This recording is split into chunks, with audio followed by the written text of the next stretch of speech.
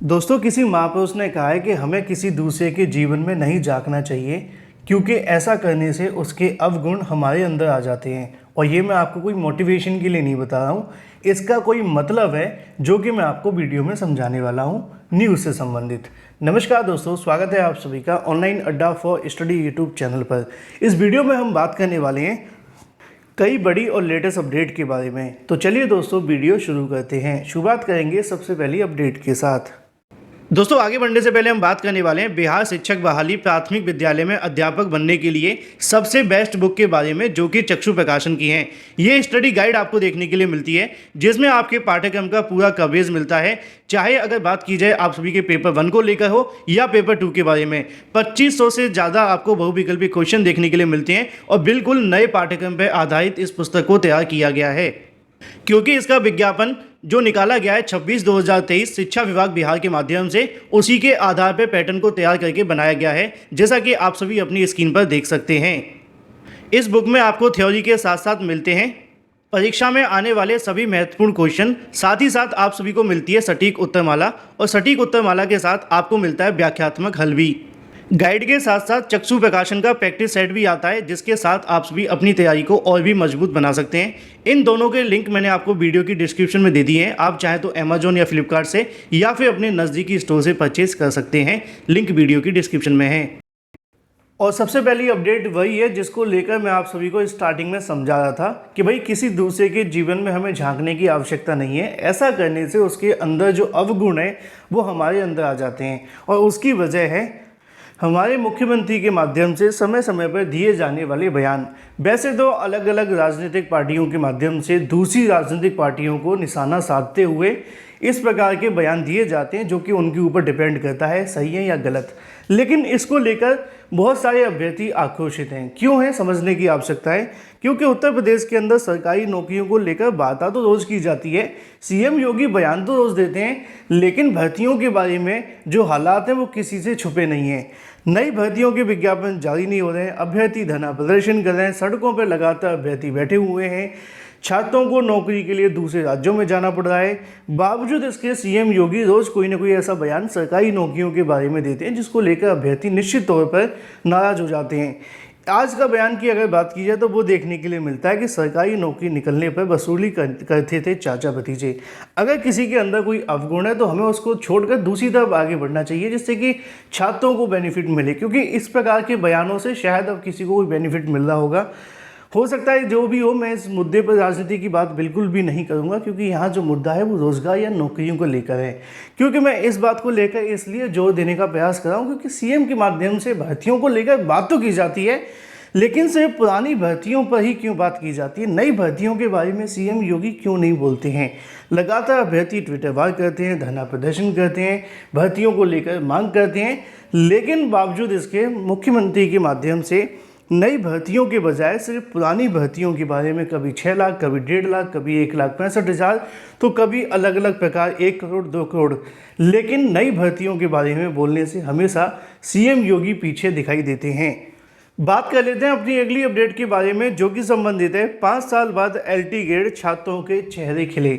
जैसा कि दोस्तों आप जानते हैं कि उत्तर प्रदेश के अंदर नौकरी मिलना उतना ही मुश्किल है जितना नौकरी के लिए विज्ञापन निकलना।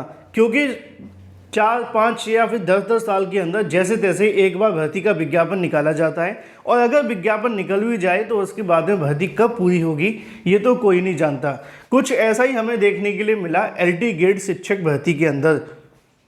एलटी ग्रेड शिक्षक भर्ती को लेकर उत्तर प्रदेश लोक सेवा आयोग के माध्यम से सहायक अध्यापक एलटी ग्रेड परीक्षा 2018 की 9 विषयों की द्वितीय सूची का परिणाम जारी कर दिया गया है। इसमें 40 अभ्यर्थियों का चयन हुआ है। अब इनके प्रमाण पत्रों की जांच होगी और फिर नियुक्ति के लिए संस्तुति के लिए भेजी जाएगी। इससे पहले 28 जून को 5 विषयों के 911 रिक्त पदों के सापेक्ष परिणाम जारी किया गया था। राजकीय इंटर कॉलेज में सहायक अध्यापक एलटी पुरुष महिला के 2018 में 10,768 पदों पर भर्ती शुरू की गई थी। परीक्षा कराई गई थी। अंतिम परिणाम 1920 में जारी किया गया था। उसके बाद से लगातार अभ्यर्थी द्वितीय सूची की मांग कर रहे थे, क्योंकि बहुत सारे विषयों के अंदर पद ऐसे थे जो खाली चले गए थे, और इसके संबंध में अभ्यर्थियों ने मांग की थी कि इन पदों को वेटिंग लिस्ट के माध्यम से भरा जाए। अब ऐसे में द्वितीय सूची के माध्यम से 911 पदों पर परिणाम जारी किया गया, जिसमें अब 40 अभ्यर्थियों का चयन हुआ है, जो कि निश्चित तौर पर उन छात्रों के लिए खुशखबरी है, क्योंकि इस भर्ती को लेकर पिछले 5 सालों से अभ्यर्थी इंतजार कर रहे थे। अब उनका इंतजार खत्म हुआ है और ऐसा ही कुछ आप सभी को देखने के लिए मिला टीजीटी पीजीटी 2021 के अंदर, क्योंकि टीजीटी पीजीटी 2021 में भी अभ्यर्थी काफ़ी लंबे समय से वेटिंग लिस्ट की मांग कर रहे थे। पहले टीजीटी 2016 की काउंसलिंग देखने के लिए मिली और उसके बाद में टीजीटी 2021 की। खाली रह गए पदों के लिए काउंसलिंग प्रदेश के सहायता प्राप्त माध्यमिक स्कूलों के चयन के बावजूद कार्यभार ग्रहण न कर पाने की वजह से खाली रह गए टीजीटी 2021 विज्ञान संस्कृत उर्दू विषयों के पदों की शिक्षक नियुक्ति के लिए मंगलवार को काउंसलिंग देखने के लिए मिली।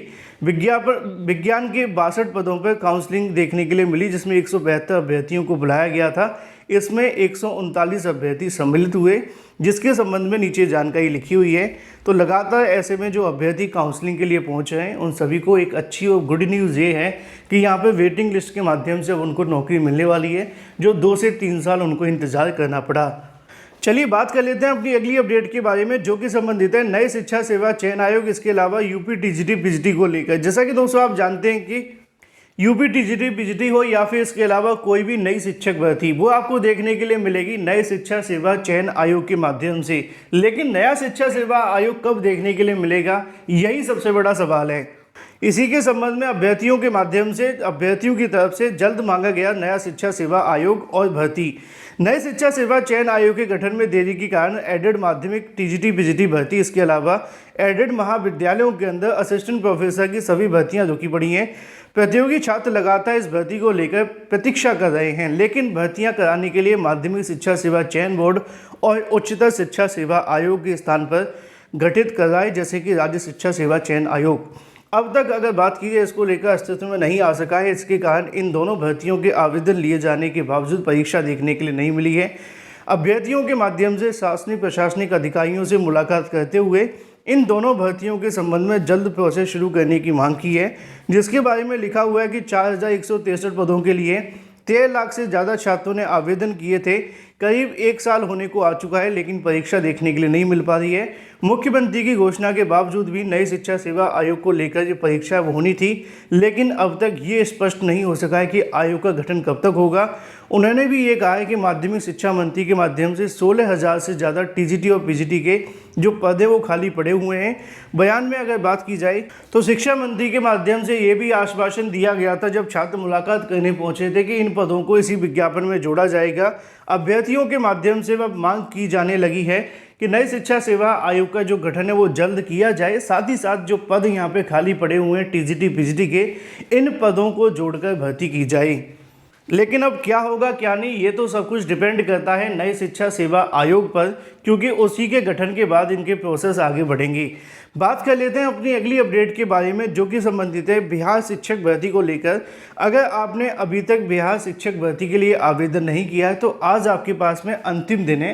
हालांकि आज के बाद आपको 3 दिन और मिलेंगे, लेकिन उन 3 दिनों के अंदर आपको आवेदन फीस दोगुनी करके देनी होगी। मतलब आपको अब यहाँ पे जो आयोग है उसको कमीशन देना पड़ेगा एक्स्ट्रा, तब जाकर आपका आवेदन भरा जाएगा। तो ऐसे अभ्यर्थी जो बिहार शिक्षक भर्ती में अभी तक आवेदन नहीं कर पाए हैं तो आज तक वो आवेदन कर सकते हैं। Thank you for watching this video.